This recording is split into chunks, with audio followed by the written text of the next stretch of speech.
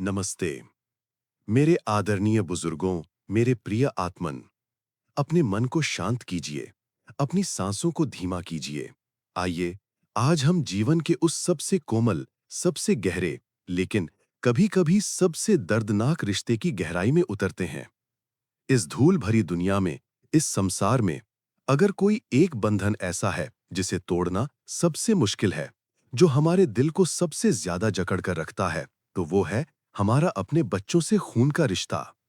हम नन्हे से बच्चे को अपनी गोद में लेते हैं, उसे पहली बार चलते हुए देखते हैं, उसे बड़ा होते हुए देखते हैं। हमारे दिलों में उनके लिए सिर्फ अनंत प्रेम और उम्मीद होती है। लेकिन मेरे दोस्तों, इस गहरे प्यार के बीच कभी-कभी एक ऐसी अनसुनी पीड़ा, एक ऐसी उलझन आ जाती है जिसे शब्दों में बयान करना मुश्किल है। क्यों? आखिर क्यों कुछ बच्चे फरिश्तों की तरह होते हैं, जो घर में खुशियां लाते हैं, माता-पिता की सेवा करते हैं, और क्यों कुछ बच्चे बिल्कुल अलग होते हैं? क्यों वो विद्रोही बन जाते हैं? क्यों वो अपने ही माता-पिता के दुश्मन बन जाते हैं, जैसे कोई पिछले जन्म का बदला लेने आए हों? क्या ये सिर्फ आज की परवरिश का नतीजा है, या क्या वो बच्चा पैदा ही ऐसा हुआ था? घबराइए मत। बुद्ध धर्म के विशाल ज्ञान सागर में क्षितिगर्भा बोधिसत्वा, जो पिछले और आने वाले जन्मों को देखने की दिव्य शक्ति रखते हैं, उन्होंने हमें एक बड़ा रहस्य बताया है। माँ और बच्चे का रिश्ता सिर्फ एक जन्म का नहीं होता। ये तार कई जन्मों पुराने हो सकते हैं। क्या आपने कभी सोचा है कि जो बच्चा आज आपके पास है, या जिसकी चिंता आपको दिन रात सताती है, वो पिछले जन्मों में आपका कौन था? क्या वो आपका कोई पुराना कर्जदार है जो एहसान चुकाने आया है, या कोई पुराना दुश्मन है जो बदला लेने आया है?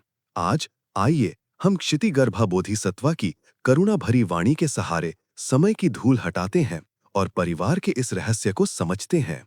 कल्पना कीजिए, हम गिद्धकुटा पर्वत यानी गिद्ध की चोटी पर हैं। भगवान बुद्ध का तेज सूरज की तरह चारों ओर फैला हुआ है। वहां अनेक बोधिसत्वा, अरहत, देवता और आम लोग बैठे हैं। हवा में फूलों की दिव्य खुशबू है और आकाश से मधुर संगीत बरस रहा है। सब कुछ शांत है, पवित्र है। तभी उस पवित्र सभा में एक साधारण स्त्री, एक दुखी माँ जिसका मन भारी था, वो आगे आई। वो भगवान बुद्ध के कमल रूपी चरणों में गिर गई और फूट-फूट कर रोने लगी। उसने रोते हुए अपनी व्यथा सुनाई। हे महान भगवान, मैंने इस जीवन में अपने पति का सम्मान किया, अपने बच्चे को प्यार दिया, कोई बड़ा पाप नहीं किया। लेकिन मेरा बड़ा बेटा बचपन से ही मुझे दुख दे रहा है। वो गुस्सैल है, जिद्दी है। वो मुझे और अपने पिता को मारता है, गालियां देता है, जरा सी बात पर घर छोड़कर चला जाता है। अब वो बड़ा हो गया है तो और बुरा हो गया है। बुरी संगत में पड़ गया है, जुआ खेलता है, हमारी सारी जमा पूंजी उड़ा दी। कर्जदार घर आ रहे हैं। हम बूढ़े माँ बाप बस रोते रहते हैं, हमें चैन नहीं मिलता। भगवान, मैंने क्या गलती की थी? क्यों मुझे ऐसा बेटा मिला जो किसी वसूली करने वाले पिशाच की तरह हमारा खून पी रहा है? क्या ये मेरे पिछले जन्म का कोई पाप है जो आज मुझे ये सजा मिल रही है? उस माँ का रोना किसी शांत झील में भारी पत्थर गिरने जैसा था। वहां बैठे सभी लोग, यहां तक कि देवता और संत भी दुखी हो गए। सब जानते थे कि ये सिर्फ उस एक माँ की कहानी नहीं है। घर घर में ये कहानी है। कुछ घरों में शांति है तो कुछ में युद्ध चला हुआ है। इसका कारण सिर्फ स्वभाव नहीं है। भगवान बुद्धा की नजरें उस माँ पर पड़ीं, जैसे चांद की शीतल रोशनी। वो सब जानते थे। उन्होंने बड़े प्यार से एक शक्तिशाली आवाज में कहा, माँ, तुम्हारा दुख मैं समझता हूं। इस दुनिया में कुछ भी बिना कारण के नहीं होता।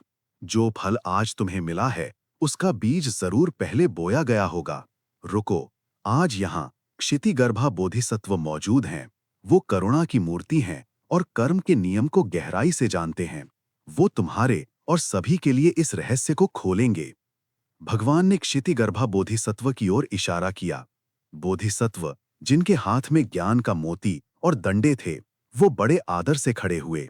उन्होंने पहले बुद्धा को प्रणाम किया और फिर उस माँ और सभी लोगों को देखा। उनकी आवाज में ऐसी गहराई थी जो सीधे आत्मा को छूती थी।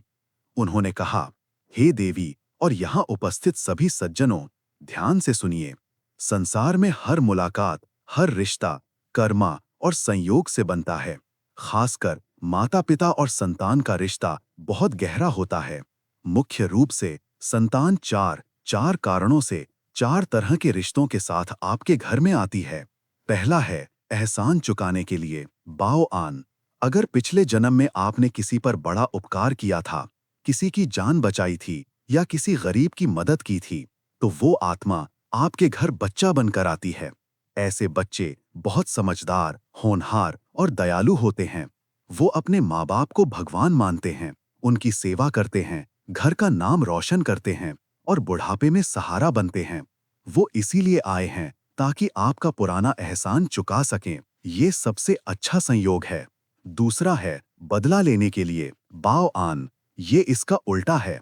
अगर पिछले जन्म में आपने किसी के साथ बुरा किया था, किसी को धोखा दिया था, किसी को मारा था या किसी का दिल दुखाया था, तो वो नफरत उस आत्मा के अंदर बीज बन जाती है। वो आपके घर बच्चा बनकर आएगा, लेकिन वो बचपन से ही विद्रोही होगा। वो आपकी बात नहीं मानेगा, लड़ाई करेगा, आपका पैसा बर्बाद करेगा, आपको समाज में बदनाम करेगा और आपको रुलाएगा। वो तब तक चैन से नहीं बैठेगा जब तक आप उतना ही दुख ना सह लें जितना उसने सहा था। शायद इस दुखी माँ का बेटा इसी श्रेणी का था। तीसरा है कर्ज लेने वाला, ताओझाई। इसका मतलब है वसूली करना।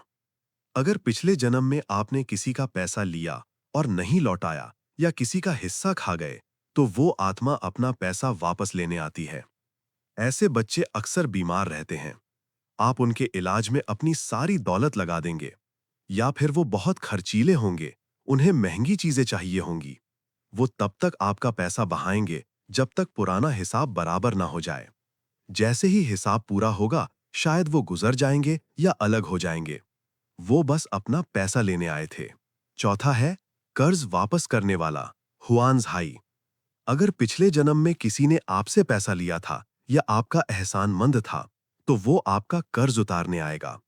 ऐसे बच्चे आपकी जरूरतें पूरी करेंगे, आपको पैसा देंगे, खाना देंगे, लेकिन उनमें भावनाओं की कमी होगी। वो रूखे होंगे। वो बस अपना फर्ज निभाएंगे, जैसे कोई कर्जदार किस्त चुकाता है। उनसे ज्यादा प्यार और अपनापन की उम्मीद मत कीजिए। वो बस हिसाब बराबर करने आए हैं। जब बोधिसत्वा ने ये 4 बातें बताईं, तो वहां सन्नाटा छा गया। सब लोग अपने अपने घर के बारे में सोचने लगे। तभी ज्ञान के देवता मंजूश्री बोधिसत्वा ने एक गहरा प्रश्न पूछा। हे महात्मन, आपने कहा कि ये रिश्ते कई जन्मों तक चलते हैं। लोग कहते हैं 7 जन्म का रिश्ता। क्या ये सच है या ये बस कहने की बात है? क्षितिगर्भा बोधिसत्वा मुस्कुराए और बोले, मंजूश्री, 7 तो बस एक संख्या है। रिश्ते इससे भी पुराने और उलझे हुए हो सकते हैं।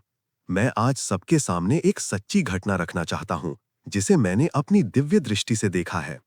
एक ऐसा रिश्ता जो 7 जन्मों से भी ज्यादा चला, ताकि आप समझ सकें कि ये चक्कर कैसे घूमता है। और फिर क्षितिगर्भा बोधिसत्वा ने वो अद्भुत कथा शुरू की। सुनिए, बहुत समय पहले की बात है, लगभग 8 जन्म पहले। एक सीधा साधा किसान था जिसका नाम हम शानू मान लेते हैं। वो गरीब था पर दिल का अच्छा था। एक बार भयंकर अकाल पड़ा। शानू के पास खुद खाने को कम था, पर उसने देखा कि एक गर्भवती महिला भूख से बेहोश हो गई है। उसने अपने परिवार के विरोध के बावजूद अपने हिस्से का आधा अनाज उस महिला को दे दिया। उस महिला की जान बच गई और उसने एक बेटी को जन्म दिया। वो महिला शानू की एहसानमंद हो गई। ये था पहला बीज, एहसान का बीज। अगला जन्म आया। वो किसान शानू एक विद्वान बन गया, पर गरीब था। वो बचाई गई महिला मरने के बाद वापस आई और संयोग से उस विद्वान की पत्नी बन गई। उसने दिन रात मेहनत की, अपना दहेज बेच दिया ताकि उसका पति पढ़ सके और अफसर बन सके। उसने बिना शिकायत के सब कुछ किया। ये था एहसान चुकाना। पत्नी ने पति के लिए सब कुछ किया। लेकिन कहानी यहां नहीं रुकी। पति सफल होने के बाद थोड़ा घमंडी हो गया और पत्नी ने उसे हद से ज्यादा प्यार किया, उसे बिगाड़ दिया। अगला जन्म आया।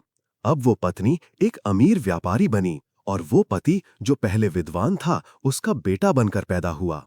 क्योंकि पिछले जन्म में पत्नी ने उसे सर पर चढ़ा रखा था, इस जन्म में वो बेटा बहुत बिगड़े निकला। उसने अपनी अमीर माँ की सारी दौलत जुए और शराब में उड़ा दी। माँ रोती रही, पर बेटे ने उसे निचोड़ लिया। ये था कर्ज वसूली और गलत परवरिश का फल। वो दोनों दुख में मरे।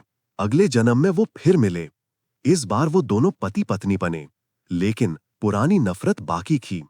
पति, जो पहले व्यापारी मां था, बहुत गुस्सैल और मारपीट करने वाला था, और पत्नी, जो बिगड़ल बेटा था, हमेशा शिकायत करती थी। उनका जीवन नरक बन गया। रोज लड़ाई, रोज झगड़ा, एक दूसरे को कोसते रहते थे।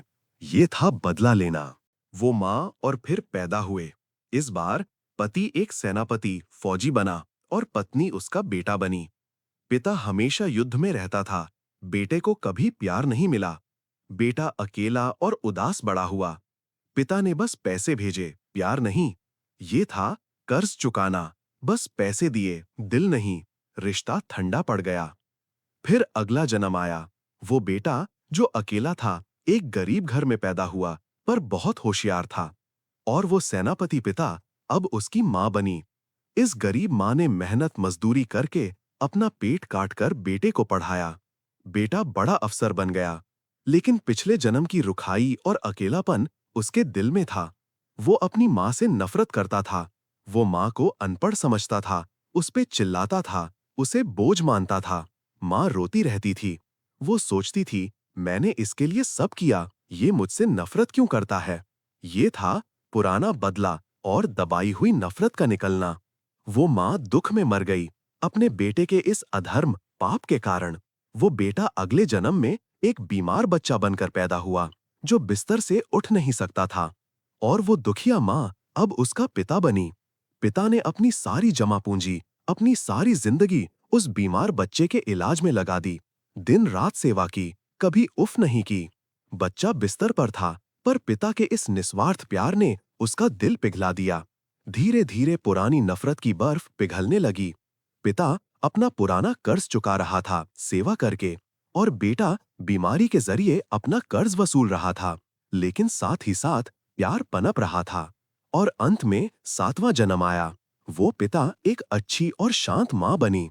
और वो बीमार बच्चा, जिसका दिल पिछले जन्म में साफ हो गया था, वो एक स्वस्थ और संस्कारी बेटा बनकर आया।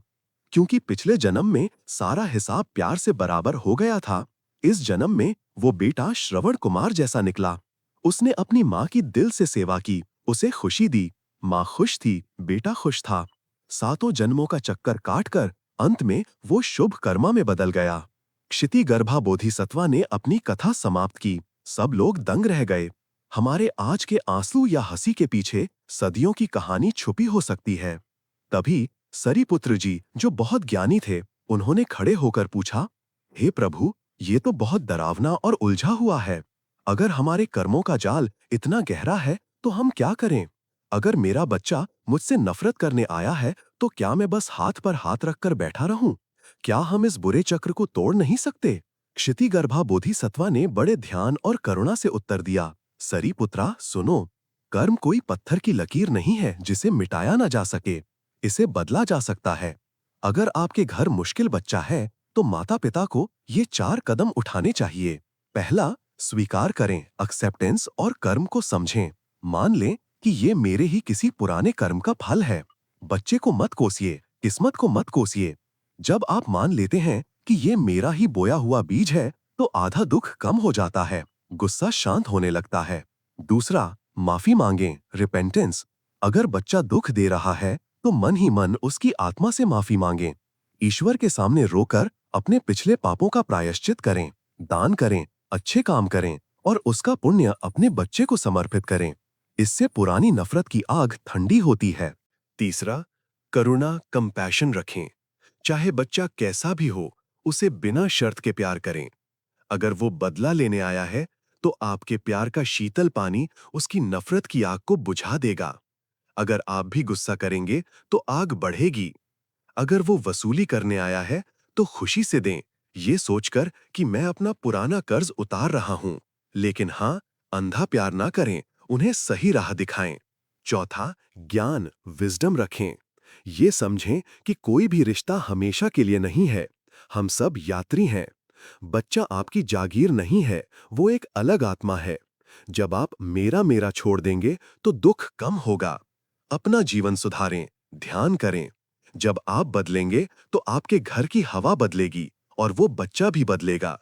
अंत में भगवान बुद्ध ने अपनी गंभीर आवाज में कहा, क्षिति गर्भा ने सत्य कहा है। एक बंजर जमीन पर अगर तुम गंदा पानी डालते रहोगे तो कांटे ही उगेंगे, लेकिन अगर तुम उस जमीन को साफ करोगे, अच्छा खाद और साफ पानी दोगे तो वहां भी फूल खिल सकते हैं। अपने आज के व्यवहार को बदलो, रोना बंद करो। तुम्हारा आज का प्यार, तुम्हारी आज की भक्ति पिछले हजारों सालों की नफरत को धो सकती है। यही तुम्हारा सबसे बड़ा हथियार है। उस दुखी माँ ने भगवान और बोधिसत्व के चरण छुए। उसकी आंखों में अब निराशा नहीं, बल्कि एक नई शक्ति थी। उसे समझ आ गया था कि उसे अब अपने बेटे से लड़ना नहीं है, बल्कि अपने प्रेम से उसे जीतना है। मेरे बुजुर्ग दोस्तों, ये लंबी कहानी हमें यही सिखाती है। चाहे आपका बच्चा आपकी सेवा कर रहा हो या दुख दे रहा हो, दोनों ही स्थिति में शांत रहें। जो सेवा कर रहा है उसका शुक्रिया करें और घमंड ना करें। जो दुख दे रहा है उसके लिए प्रार्थना करें और अपना कर्ज चुकाएं।